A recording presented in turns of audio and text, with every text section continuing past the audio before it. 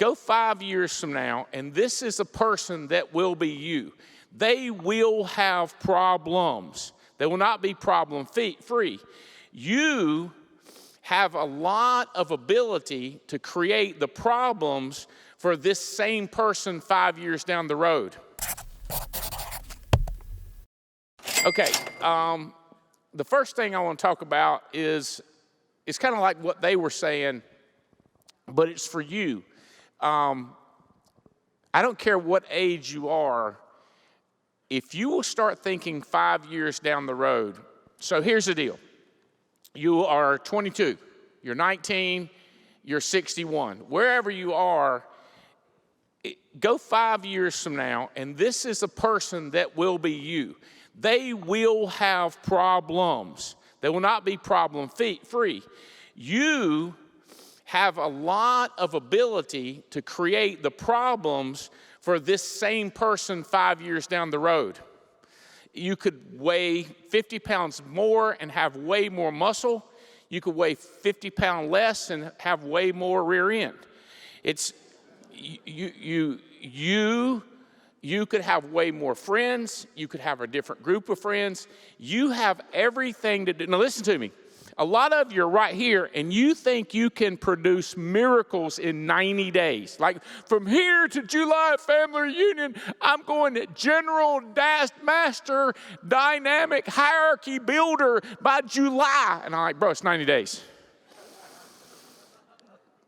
And you're like, well, don't shatter my dreams. I'm going to change my world. You can change the trajectory in 90 days.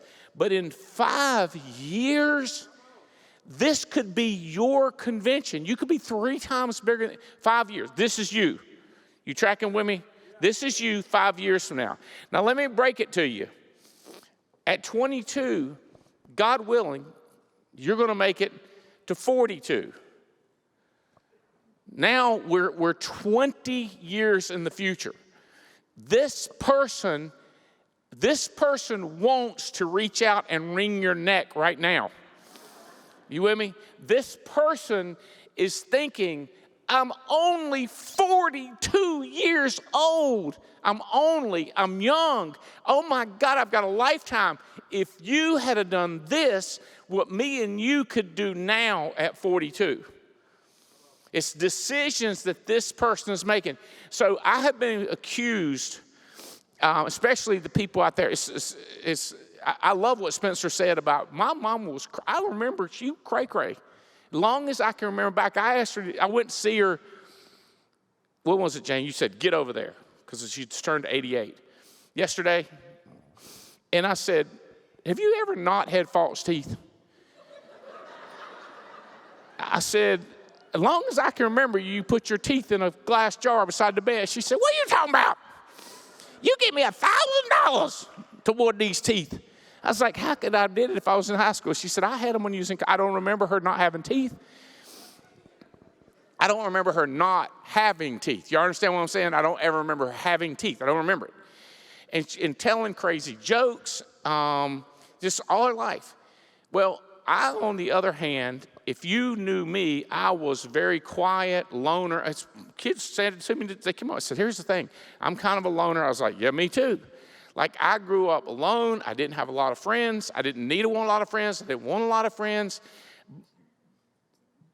But that didn't make me from having a dream of wanting to have the stuff the people I saw on TV, the Cadillacs and the car, actually Cadillacs. I wanted Mercedes. The Mercedes and Ferraris and the big houses. But I was very quiet, very solemn.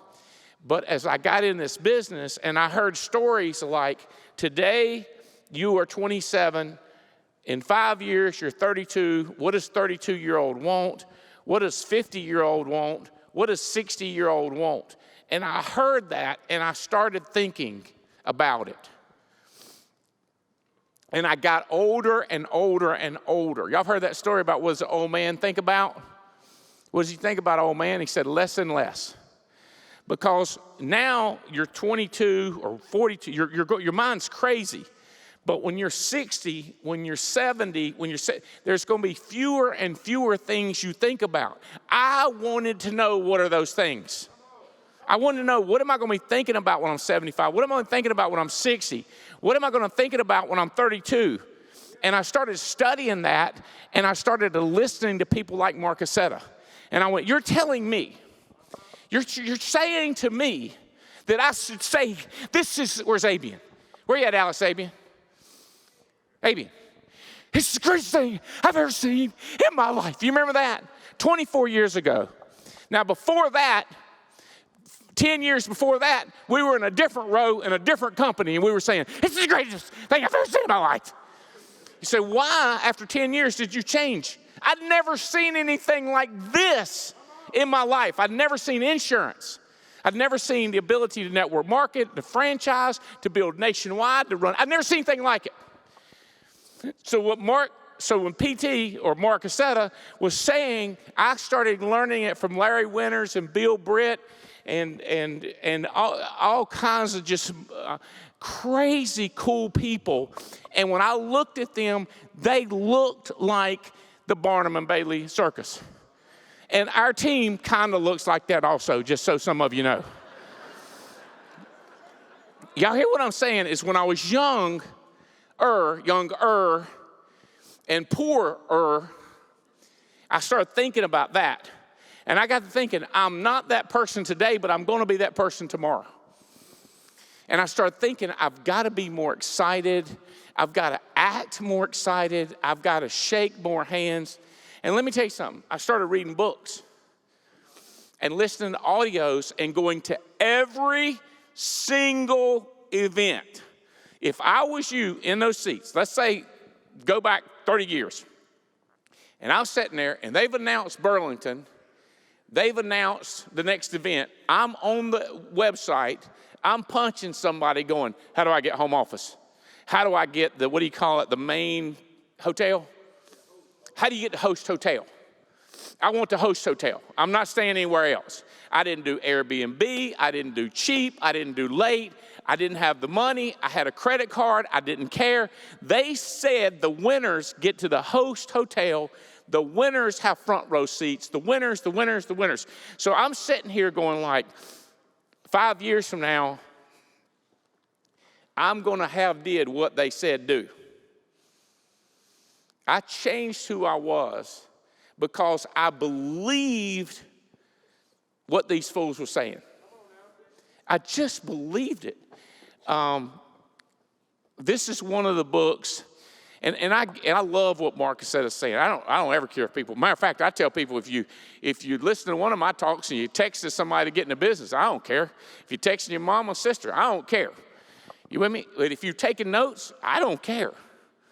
Because and by the way, when I was this age, my whole team, I do remember waking Jane up and I said, pay attention, this is important stuff. We was in a Coliseum, and she was like, no, it's not. And I was like, well, this talk's not important, but some of them are good. It was funny. Bill Britt was talking. It was funny. I liked the stuff that didn't matter as much as the stuff that did matter. Because I thought it was funnier when they were crazy. I'd be like, he's an idiot. And you look at him. He's rich. So this is one of the books that if you can tell, look at it, I don't just thumb through it and read it and just let it soak in. Oh shoot, I'll never find my spot again. It was a great thing. It was great. It's not going to be the same talk without this page, and I'll never find it. How did that possibly happen? Hold on a second, let me find it. Oh, there's another good page. I'm not kidding you. I found it. Okay. So in my handwriting, top left corner, you end up seeing what you already believe. So you end up seeing 5 years from now what you already believe. What? This guy said, I said that. That was me. It was me summarizing stuff I read. The only thing that stands between a man and what he wants from life is often merely the will to try it and the faith to believe it's possible. What? Richard DeVos. multi-billionaire, DeVos, Van Andel, the Amway headquarters people. I don't even, that's who said that. I didn't have it. That's crazy to me. Okay, perhaps the most important of all mental laws is the law of belief. This law says whatever you believe with conviction becomes your reality. So a lot of this stuff is that stuff that people go like, this is that goody two-shoes, cuckoo stuff that you just believe it and attract it and it comes to you. And people would say that to me when I was telling people about it, and I was like, I don't care what it is if it works. I'll get me 2 of them if it work. He said, you don't believe what you see what you already believe. So like if you came to this event and you was expecting a scam, and then dadgum Amway comes out of Marcus said his word in the first dadgum talk, you're like, told you. You see what you already believe. Now, if you're in here going like, this is the greatest thing I've ever seen. We're like, yeah, that's what you believed on the way. So many times, it's what you already believe. You are not what you think you are, but what you think you are. And this just goes on and on. And I'm reading this, freaking out years ago. I like to put the dates and just go back and see how many times I've reread a book. Of course, my staff will tell you, there's one time I circled it in 2010, but there's different times that I read it and highlight it differently. Of course, I've got this book 7 or 8 places in my life. This is the one I've come to the most, where I took the most notes on it. Dr. William James of Harvard University said in 1905, belief creates facts. He went on to say, the greatest revolution of my generation is the discovery that individuals, by changing their inner attitudes of mind, can change the outer aspects of their lives. And I was like, are you telling me that what I control is really the thing that can change the most things? I was like, this can't possibly be. But you know what? Here's the problem. Mike Bundy agreed with him. Larry Winters agreed. Rex Randolph agreed with him. I think it's the names of the people that just believed. And it was so many of them, it would be for you, it'd be, well, Andy Riddle said it, and Alex Abian said it, and Bill Krause said it. None of them wavered. None of them wavered in their belief that I saw. Now, let me tell you what happened. There were people there that wavered, but I didn't see them. You with me? What's the guy's name that fits in Abian? Y'all remember? Oh, his whole goal in life was get up late, get up early, check this weather, and if the weather was good, he would go fishing. If the weather wasn't good, he'd go back to bed.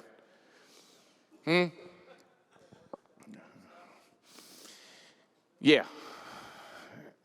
This guy sat in the back, and on stage, when the people would come across stage, he said, that one's got money, that one talks a big game. That one's got money, that one talks a game. So I took notes, and I remembered the ones that he told me were really doing good, and I listened to them. There was no unwavering faith in the ones that believed with all their heart. I listened to the ones that believed with all their heart. Not surprising, Terry, the ones that had money believed. So if you're here today, and you're looking around, you're going like, which ones believes? Well, the ones of us got money believe. Adam Katz and Beth Katz, I guarantee they believe.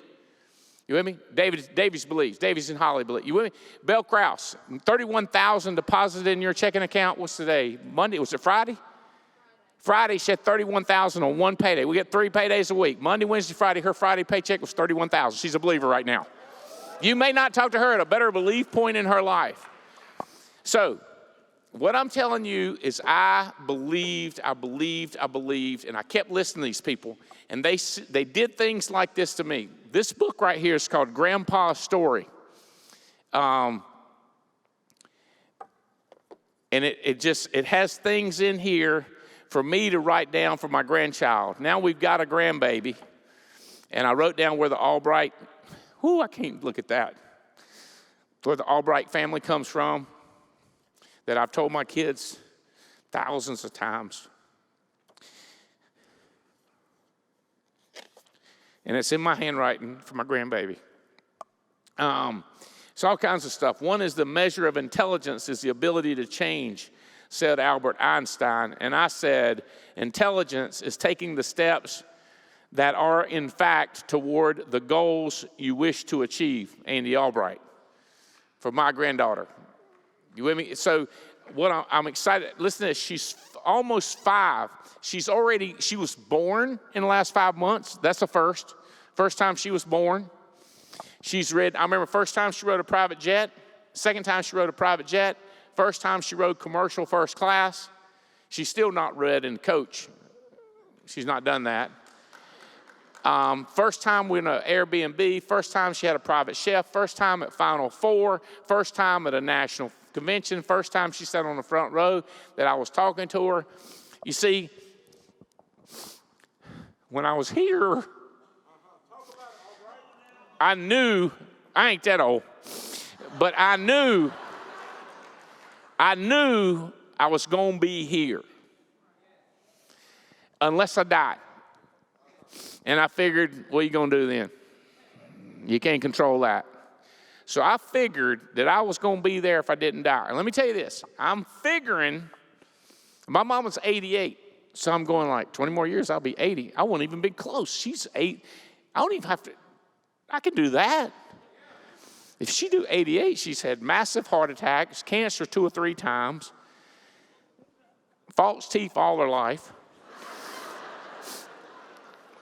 Vertigo. If she here, she could tell you everything. $4,000 bill for hearing aids. Swear she didn't get none. They didn't give them, Jamie.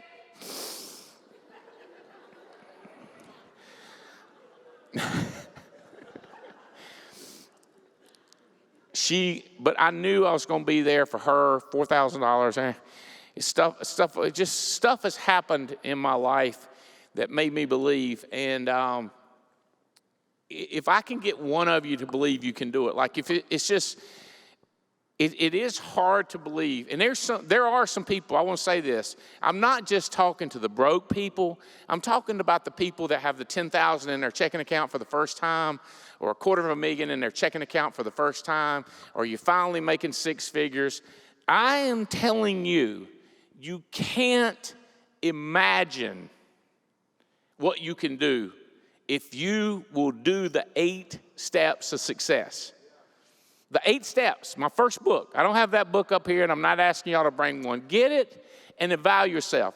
Number 1, personal use. Are you a 10? Are you a 7? Are you a 5 or a 2 or 1? And then go to each step and just evaluate where you are. I am telling you, you got to figure out something in your life that you can believe in. So, y'all might have heard it. When I was in college, my mom was the first one that called and told me you could mail in money to down in South Florida and get 5X what amount you sent. If I didn't believe it, I wouldn't have mailed the money. And I would have a story of disbelief, not a story of belief. But I believed it. People say, yeah, but it got shut down. Dude, we're lucky not to get arrested. I consider it a blessing. No record, nothing. We was deep into it. We were mailing money, your money, everybody's money. I've been in every pyramid I could get in. I'm a believer. I'm a sucker. My wife, my kids, and my friends will tell you, don't let Albright. He'll buy in. He don't want just first level. He wants to buy to the 5th level. He wants to go all the way in. I became a believer when I was in my 20s.